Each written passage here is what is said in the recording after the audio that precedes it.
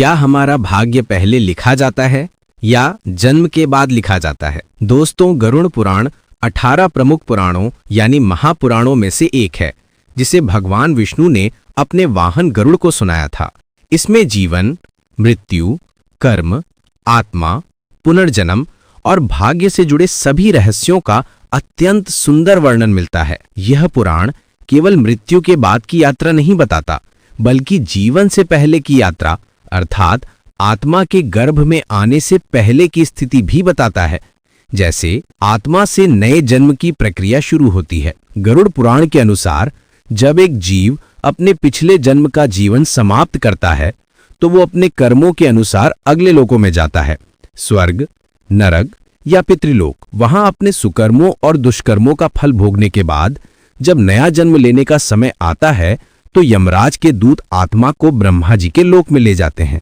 तब ब्रह्मा जी द्वारा भाग्य का लेखन शुरू होता है। गरुड़ पुराण के प्रेत कल्प खंड में उल्लेख है, जब आत्मा को पृथ्वी पर नया शरीर लेना होता है तब ब्रह्मा जी उस आत्मा के कर्मों के आधार पर उसका भाग्य लिखते हैं। जैसे यदा देहम पुनः प्राप्य जन्म मृत्युम समाचरेत तदा तस्य पुरा कर्तुम ब्रह्मणा लिखियते फलम। इसका अर्थ है, जब आत्मा को नया शरीर मिलने वाला होता है तब ब्रह्मा जी उसके पूर्व जन्मों के कर्मों का फल लिख देते हैं, यानी उसका भाग्य उसी समय निर्धारित किया जाता है। गरुड़ पुराण के अनुसार ये प्रक्रिया बहुत सूक्ष्म है। एक, आत्मा के कर्मों का लेखा जोखा तैयार होता है। यमराज के दूत आत्मा को लेकर चित्रगुप्त के पास जाते हैं।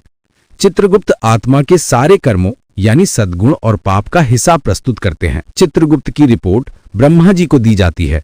ब्रह्मा जी इस रिपोर्ट के आधार पर निर्णय लेते हैं कि आत्मा को किस कुल में, किस देश में, किस माता पिता से जन्म मिलेगा। ब्रह्मा जी प्रारब्ध कर्म को सक्रिय करते हैं, यानी उन कर्मों को चुनते हैं जिनका फल इस जन्म में भोगना है। यही भाग्य कहलाता है।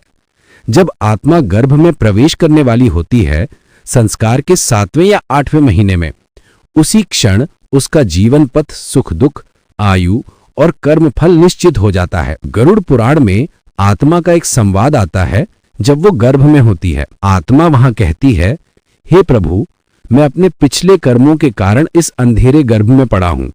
अब मैं संकल्प करता हूं कि जन्म लेकर केवल भक्ति और सत्कर्म करूंगा।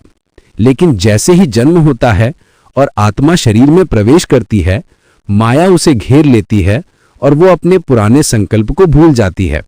फिर से वही कर्मचक्र शुरू हो जाता है। गरुड़ पुराण में कहा गया है कि मनुष्य का भाग्य ना किसी देवता से बनता है, ना किसी ग्रह से, बल्कि उसके अपने कर्म ही उसे सुख या दुख देते हैं। इसीलिए कहा गया है, मनुष्य को उसके कर्मों के अनुसार देवताओं की आज्ञा से नया शरीर प्राप्त होता है। इस श्लोक में दैव नेत्रेण का अर्थ है दैवी दृष्टि से, अर्थात ब्रह्मा जी और यमराज के निर्णय से। यह निर्णय पिछले जन्मों के कर्मों के अनुसार होता है।